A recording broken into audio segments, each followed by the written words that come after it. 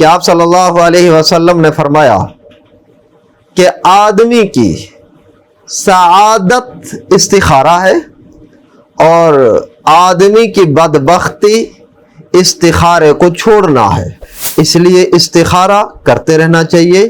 ضروری نہیں ہے کہ کوئی بڑا معاملہ درپیش ہو تو اس وقت کریں، نہیں، چھوٹے موٹے معاملات میں بھی استخارہ کر لیا کریں کہ آپ اللہ سے مشورہ کر رہے ہیں۔ ہمارے ہاں ایک غلط فہمی، بلکہ بہت سارے غلط فہمیاں جنم لے چکی ہیں۔ ایک یہ ہے کہ استخارے کے بعد جو ہے نا وہ کسی سے بات چیت نہیں کرنی اور اس کے علاوہ جو ہے نا کوئی اور کام نہیں کرنا، فلاں کچھ بھی نہیں کرنا۔ استخارہ میں اس طرح کی یہ کوئی ضروری چیزیں نہیں ہے، کوئی قیود نہیں ہے، کوئی شرائط نہیں ہے۔ استخارہ اس کے بغیر بھی ہو جاتا ہے۔ السلام علیکم ورحمۃ اللہ، نحمدہ ونصلی علی رسولہ الکریم، اما بعد۔ استخارہ کے بارے میں چند گزارشات پیش کرنی ہے۔ استخارہ کا معنی ہے خیر طلب کرنا۔ جب آپ کسی مسئلے میں، کسی معاملے میں استخارہ کرتے ہیں، گویا کہ آپ اللہ سے خیر اور بھلائی طلب کرتے ہیں کہ یا اللہ میرے لیے وہ چیز لکھ دیں، وہ چیز مجھے عطا فرما دیں، اس چیز کی طرف متوجہ کر دیں جس میں میرے لیے خیر ہو اور بھلائی ہو۔ اسی لیے روایات میں آتا ہے کہ صحابہ کرام فرماتے ہیں کہ نبی کریم صلی اللہ علیہ وسلم ہمیں استخارہ ایسے سکھاتے تھے جیسے قرآن کی کوئی سورت سکھائی جاتی ہے، یعنی اسی اہتمام سے جیسے قرآن کی سورت سکھاتے تھے ایسے ہی استخارہ اور اس کا طریقہ سکھایا کرتے تھے۔ حدیث میں آتا ہے، مشکات شریف کی حدیث ہے کہ آپ صلی اللہ علیہ وسلم نے فرمایا کہ آدمی کی سعادت استخارہ ہے اور آدمی کی بدبختی استخارے کو چھوڑنا ہے۔ ایک اور روایت میں آتا ہے کہ جس نے استخارہ کیا وہ ناکام نہیں ہوا۔ ما خاب من استشارہ وما ندم من استشارہ، کہ جس نے استخارہ کیا وہ کبھی شرمندہ، وہ کبھی ناکام نہیں ہوا، اور جس نے مشورہ کیا وہ کبھی شرمندہ نہیں ہوا۔ اس لیے استخارہ کرتے رہنا چاہیے۔ ضروری نہیں ہے کہ کوئی بڑا معاملہ درپیش ہو تو اس وقت کریں، نہیں، چھوٹے موٹے معاملات میں بھی استخارہ کر لیا کریں کہ آپ اللہ سے مشورہ کر رہے ہیں، اللہ سے بھلائی مانگ رہے ہیں۔ یاد رہے کہ یہاں ایک غلط فہمی ہے کہ استخارہ صرف مباح چیزوں میں کیا جاتا ہے، جو چیزیں مستحب ہیں یا فرائض کی قبیل سے ہیں یا واجبات کی قبیل سے ہیں اس میں استخارہ نہیں کرنا، نہ ضرورت ہے، وہ تو لازمی ہے کرنے کی ہے۔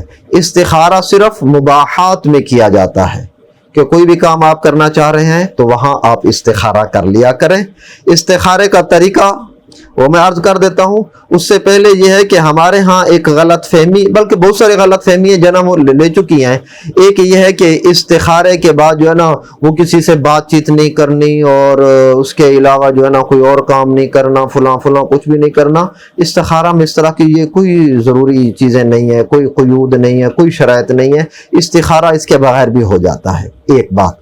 اور دوسری بات یہ ہے کہ استخارے کے معاملہ میں ایک غلط فہمی یہ بھی ہے کہ ہمارے ہاں تسبیح کے اوپر یا ایک مخصوص طریقے سے بھی ایک رائج ہو چکا ہے، ٹی وی چینلوں پر مختلف طریقوں پر وہ استخارہ کیا جاتا ہے۔ اس استخارہ کی شرعاً کوئی حیثیت نہیں ہے، کوئی اعتبار نہیں ہے اس کا۔ تو استخارہ بہتر یہی ہے کہ آدمی خود کرے، لیکن اگر خود نہیں کر سکتا، کسی اور نیک آدمی سے کروانا چاہے تو اس میں بھی کوئی حرج نہیں ہے، کروا سکتے ہیں آپ۔ تو اب سنیے، استخارے کا طریقہ یہ ہے کہ 2 رکعت نماز آدمی نفل پڑھے، دن کے کسی وقت میں بھی پڑھ سکتا ہے، کسی بھی وقت میں جب دل کرے، بس مکروہ وقت نہ ہو۔ بہتر یہ ہے کہ رات کو عشاء کے بعد جب سونے لگے اس وقت 2 رکعت نفل پڑھے، عام جیسے نوافل پڑھے جاتے ہیں۔